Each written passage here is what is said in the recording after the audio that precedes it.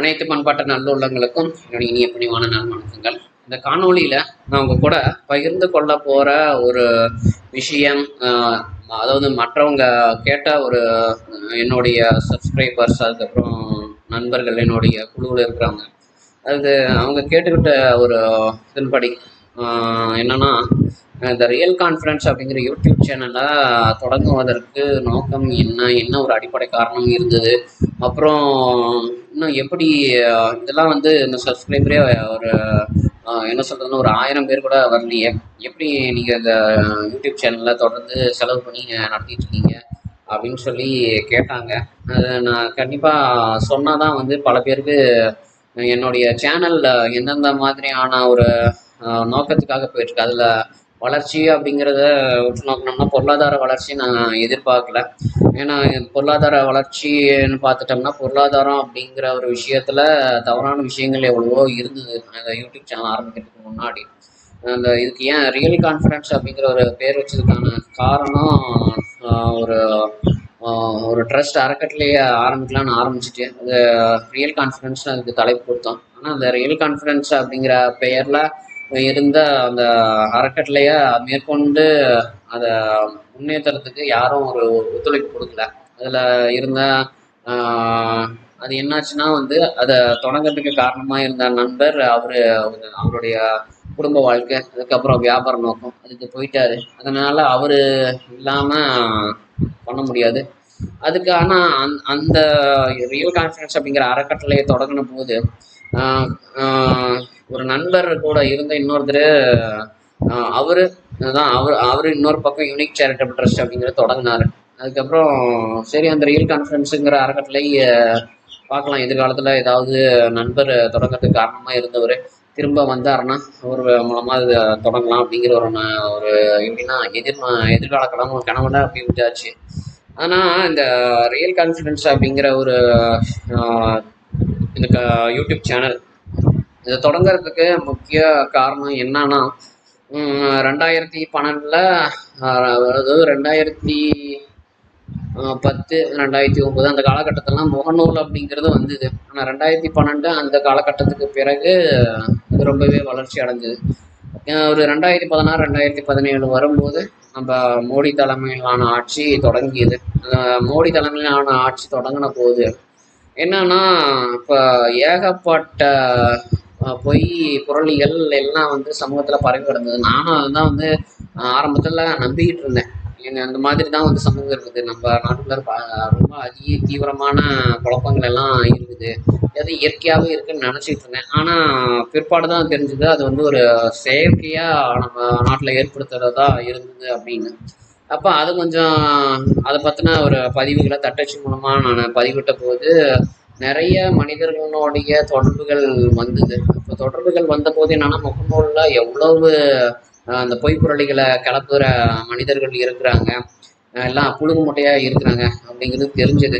ஆனால் என்னோட தரப்பெல்லாம் அது என்னமோ என்னுடைய மனசனுடைய ஒரு முடுக்கத்தினால உந்துதல்னால நான் என்னுடைய கருத்துக்களை பதிவிட்டு வந்தேன். எப்போனா ஒரு 2016 2017 இருக்கும். அந்த காலகட்டத்தில் இருந்து எப்போ பண மதிப்பிழப்பு ஏற்பட்டுச்சோ அந்த நேரத்தில் இருந்து அப்போ தொடர்ச்சியாக நான் வந்து பதிவிட்டு வந்தபோது, ஏன்னா நம்ம இந்திய அரசியலமைப்புக்கு எதிரான கருத்துக்கள் தான் நான் ஆரம்பத்தில் பதிவிட்டு வந்தேன். அது எனக்கு உண்மை நிலவரம் அப்போ புரியல. அப்போ முகநூலில் இங்கே ஒரு உண்மை நபர்களுடைய வருகையினால என்னுடைய பதிவுகளும் கருத்துக்களும் என்னாச்சுன்னா அது கொஞ்சம் பக்குவப்பட்டுச்சு, ஒரு மெருகேற்றப்பட்டது. அப்போ இந்த கருத்துக்களை வந்து சொல்லிக்கிட்டு இருந்த போது அந்த கருத்துக்கள் எந்த அளவுக்கு நமக்கு இன்னைக்கு நம்ம நாட்டுக்கு மக்களுக்கெல்லாம் போய் சேரணும், அப்போ அதில் எவ்வளோ விஷயங்கள் இருக்குது, மனிதர்கள் தங்களுடைய கஷ்டத்துக்கு காரணமாக என்னென்னலாம் வந்து நினைக்கிறாங்க, ஆனால் உண்மையான காரணங்கள் என்ன, இது என்னுடைய தரப்பில் நான் தனிப்பட்ட ஒரு நபராக இருந்தனால எனக்கு மனசில் உதித்ததை, அதுவும் நான் குறிப்பாக கிருஷ்ண பக்தியில் இருந்தேன். அப்போலேருந்து எப்போனா 2013 இருந்து எப்போ நான் வந்து பகவத்கீதை புக்கை வந்து அதில் இருக்கிற விளக்க உரைகளை மட்டும் படித்து முடிச்சினோம். அதுக்கு ஏறக்குறைய 1.5 வருடங்களுக்கு மேலே ஆயிடுச்சு.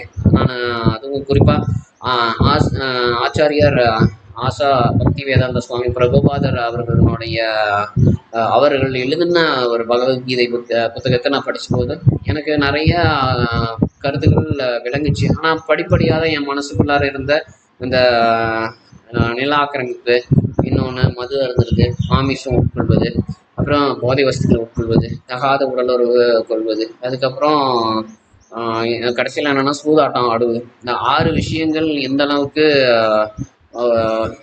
இயற்கையாக எனக்குள்ளார இருந்திருக்குது அப்படிங்கிறத நான் பார்த்தேன். அது அந்த எனக்குள்ள நான் வந்து நானே வந்து அந்த பக்தியில் பக்குவப்படுத்திக்கிட்ட விஷயங்களை நான் அப்படியே பக்தி முறையாக சொன்னேன்னா வந்து கண்டிப்பாக எல்லாருக்கும் போய் சேராது.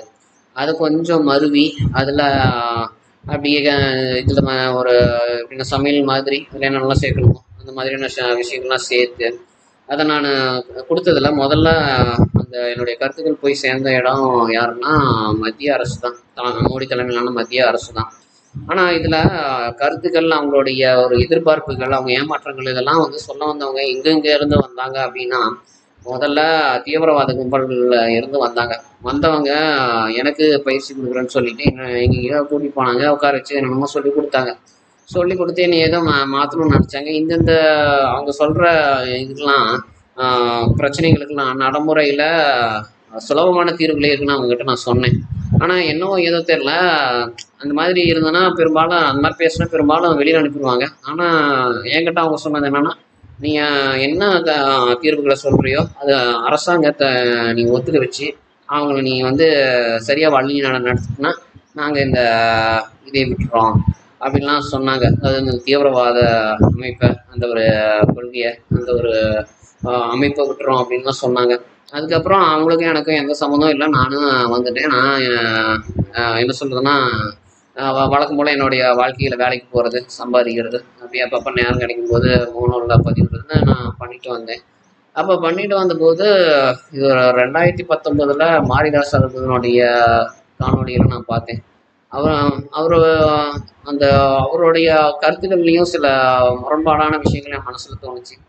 சரி, அவரு நம்ம என்ன சொல்றோம்னா ஆதாரங்களை வச்சு செய்யறாரு, அவருடைய ஆதாரங்களையும் வைப்போம், நம்மளுடைய ஆராய்ச்சி கருத்துக்களையும் வைப்போம்.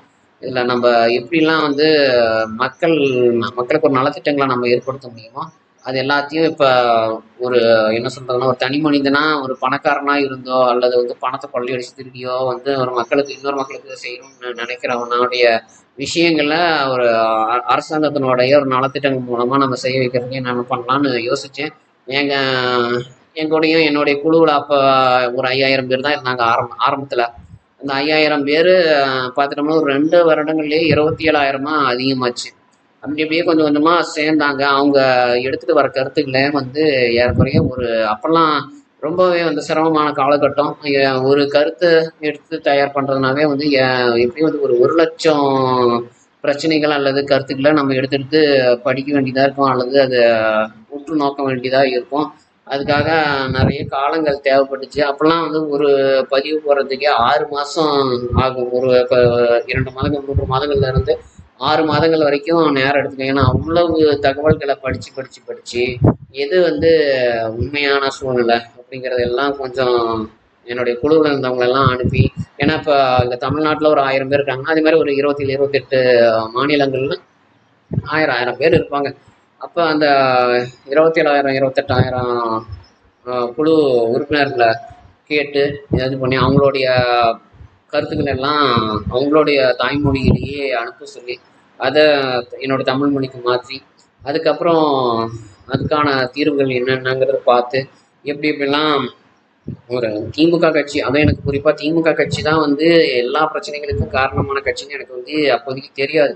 மாரிதாஸ்னு ஒருத்தர் வந்து காணொலியில் போட்டு என்னென்னலாம் பண்ணி வச்சுருக்காங்கன்னு சொன்னதுக்கு அப்புறம் தான் அந்த என்னுடைய ஒரு ஆய்வுகளுக்கும் வந்து ஒரு முற்றுப்புள்ளி இங்கிருந்து வந்து ஒன்று கிடச்சிது. இப்போ திமுக ஒரு கட்சியை தவிர்த்து வேறு எந்த கட்சியும் இங்கே வந்து ஊழல் பண்ணலை, கொலை பண்ணலை, கொள்ளைகளை அடிக்கலை. அந்த கட்சி இல்லாமல் போச்சுன்னா கண்டிப்பாக நிறையா நல்ல விஷயங்கள் இங்கே நடக்கும் அப்படிங்கிற விஷயமே எனக்கே மாரிதாசனுடைய வருகைக்கு பிறகு தான் வந்து புரிஞ்சுது. அவரும் எனக்கு ஒரு முறை அவர் பண்ணாரா இல்லை வேறு யார் பண்ணாங்களான்னு தெரியல, அவர் தகவல் கொடுத்து இந்த மாதிரி எங்களுடைய மாரிதாஸ் ஆன்சர்ஸ் அப்படிங்கிறதுல வந்து இணையறீங்களா அப்படின்னு கேட்டாங்க. எனக்கு இந்த இந்திய அரசியலமைப்புல நீதித்துறையை மேம்படுத்தணுங்கிற ஒரு என்ன சொல்ற ஒரு நோக்கம் இருந்தது. அதனால தான் நான் என்ன பண்ணேன்னா அவரோட இணையாமல் போயிட்டேன். அதுக்கப்புறம் நானும் பல ஆய்வுகளை நடத்தினேன். அப்போ அதுக்கப்புறம் இப்போ தற்சமயம் அப்போ 27,000 28,000 இருந்தது. இன்னைக்கு 2,00,000 பேர் இருக்கிறாங்க தகவல்களை சேகரித்து கொடுக்கறதுக்கு.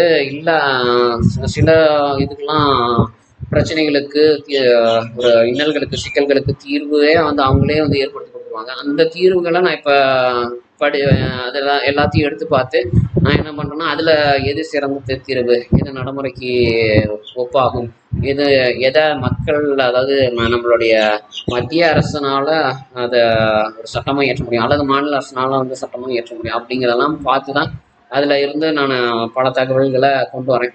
என்னன்னா மக்கள் எந்த விஷயத்தையும் தெரியாமல் தவறான விஷயங்களை நம்பக்கூடாது. ஏன்னா தெரியாத விஷயங்களுக்கு அவங்களுக்கே வந்து தெரியாமல் இருக்குது. அவங்க தெரிந்திருந்து அந்த விஷயத்து மேலே வந்து ஒரு தவறான அபிப்பிராயம் இருக்குதுன்னா அதை நம்ம மாற்றுவது தான் ரொம்பவே வந்து கடினமான ஒரு காரியமாக இருக்கும். ஏன்னா எவ்வளோ நலத்திட்டங்கள் போட்டோம்னா அவங்க அதை ஏற்றுக்கொள்ளவே மாட்டாங்க. ஆனால் அவங்களுக்கு தெரியாத ஒரு விஷயத்த நம்ம சொல்லும்போது கண்டிப்பாக அவங்க ஏற்றுக்கொள்வார்கள். அவங்களுடைய மனநிலை அப்படிங்கிறது அதை புரிஞ்சுக்கும்.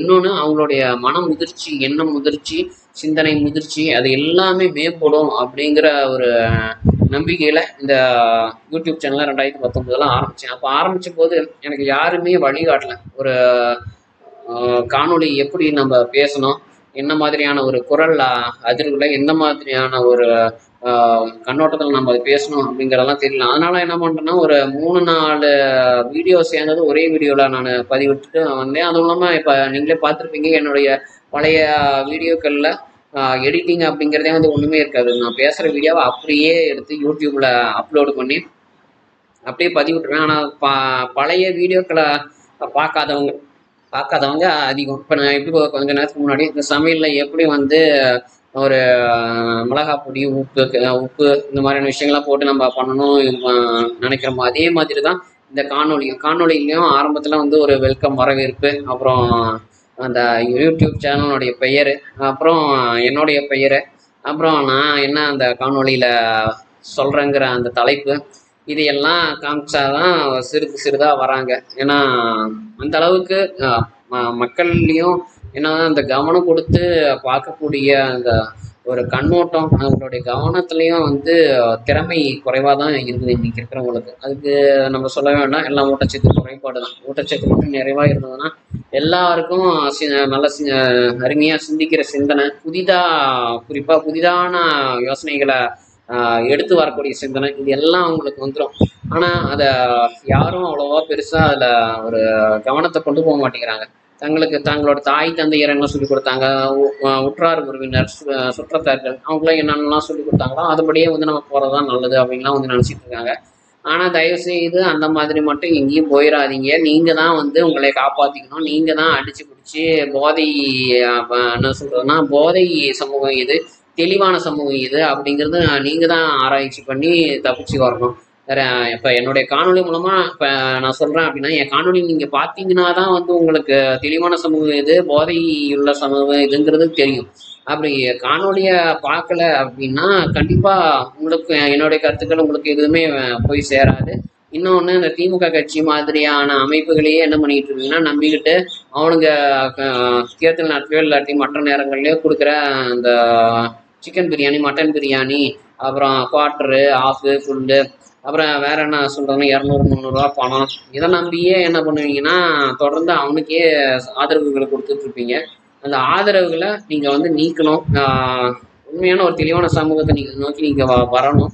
இப்போ அதிமுக கட்சி பார்த்துட்டிங்கன்னா அது வந்து ஒரு தெளிவான கட்சி. அந்த கட்சியை நம்ம வந்து ஒரு 100% நம்பலாம். எனக்கு தெரிஞ்சு நான் சொல்கிறேன். ஏன்னா நான் பாஜகவில் இருக்கிறேன். ஆனால் எனக்கு பாஜக மேலே ஒரு 100% நம்பிக்கை கிடையவே கிடையாது இன்னைக்கு. அதுக்கு காரணம் நேற்று பெஞ்ச மழையில இன்னைக்கு முளைச்ச காலம் மாதிரி தான் இப்போ இன்னைக்கு பாஜகவும் இருக்குது, வளர்ந்துட்டு வருது நம்ம தமிழகத்தில். ஆனால் அதை மேலே உங்களுக்கு ஒரு முழுமையான உத்தரவாதம் கொடுத்துட்டுனா அவன் நாளைக்கு வந்து உங்களுக்கு சரியான ஒரு ஆட்சியை கொடுக்கணும்.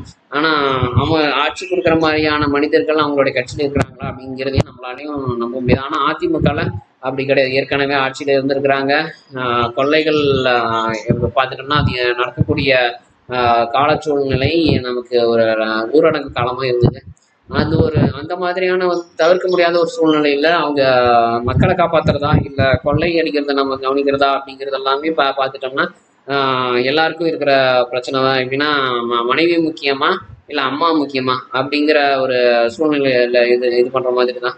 ஆனால் அந்த இடத்துல ஒரு தவறு அவங்க செய்யணும்னு நினச்சிக்க மாட்டாங்க. அந்த இடத்துல மக்களை காப்பாற்ற தான் நினச்சாங்க. ஊரடங்கெல்லாம் என்ன சொல்கிறதுன்னா அது சரியாக அவங்க கடைபிடிச்சாங்க. அதனால நல்ல ஒரு கட்சியை நம்ம தான் பார்த்து அங்கீகரிக்கணும். நம்ம புதுசாக வரவங்களையும் பார்த்து நம்ம நம்பக்கூடாது. பழைய ஓல்ட் இஸ் கோல்டுன்னு நம்ம சொல்லுவோம். எப்போவுமே நமக்கு யார் ஒரு நல்லது பண்ணுறாங்களோ அதெல்லாம் அவங்களுக்கு நம்மளுடைய ஆதரவு கொடுக்கணும். ஏன்னா இது நான் அதிமுகவுக்கு ஆதரவு கொடுக்கணும் அப்படிங்கிறதுக்காக நான் இந்த காணொலியை நான் உருவாக்கலை. இதில் இந்த ரியல் கான்ஃபரன்ஸுங்கிற யூடியூப் சேனல் வந்ததுக்கான நோக்கம் இதுதான். கண்டிப்பாக இது இன்னும் எதிர்காலத்தில் பல படிகளில் வளர்ச்சி அடைன்னு எனக்கு நம்பிக்கையே இருக்குது. ஏன்னா இன்னைக்கு அடைஞ்சிருக்கிற வளர்ச்சி பார்த்துட்டோம்னா ஒரு 5 வருடங்கள் 5 வருடங்களுக்கு மிக அதிகம் தான். நான் பணம் சம்பாதிக்கிற நோக்கத்தோடு நான் இது பண்ணல, மக்களை காப்பாற்றணுங்கிற நோக்கத்துக்காக தான் பண்ணுறேன். அதனால் என்னுடைய ஒத்துழைப்பு கொடுக்குறவங்களுக்கு என்னுடைய கோடான கோடி நன்றிகள். கண்டிப்பாக இந்த காணொலி நான் எதுக்காக இந்த யூடியூப் சேனல் தொடங்கியிருக்கேன் அப்படிங்கிற ஒரு நோக்கம் உங்களுக்கு புரியும்.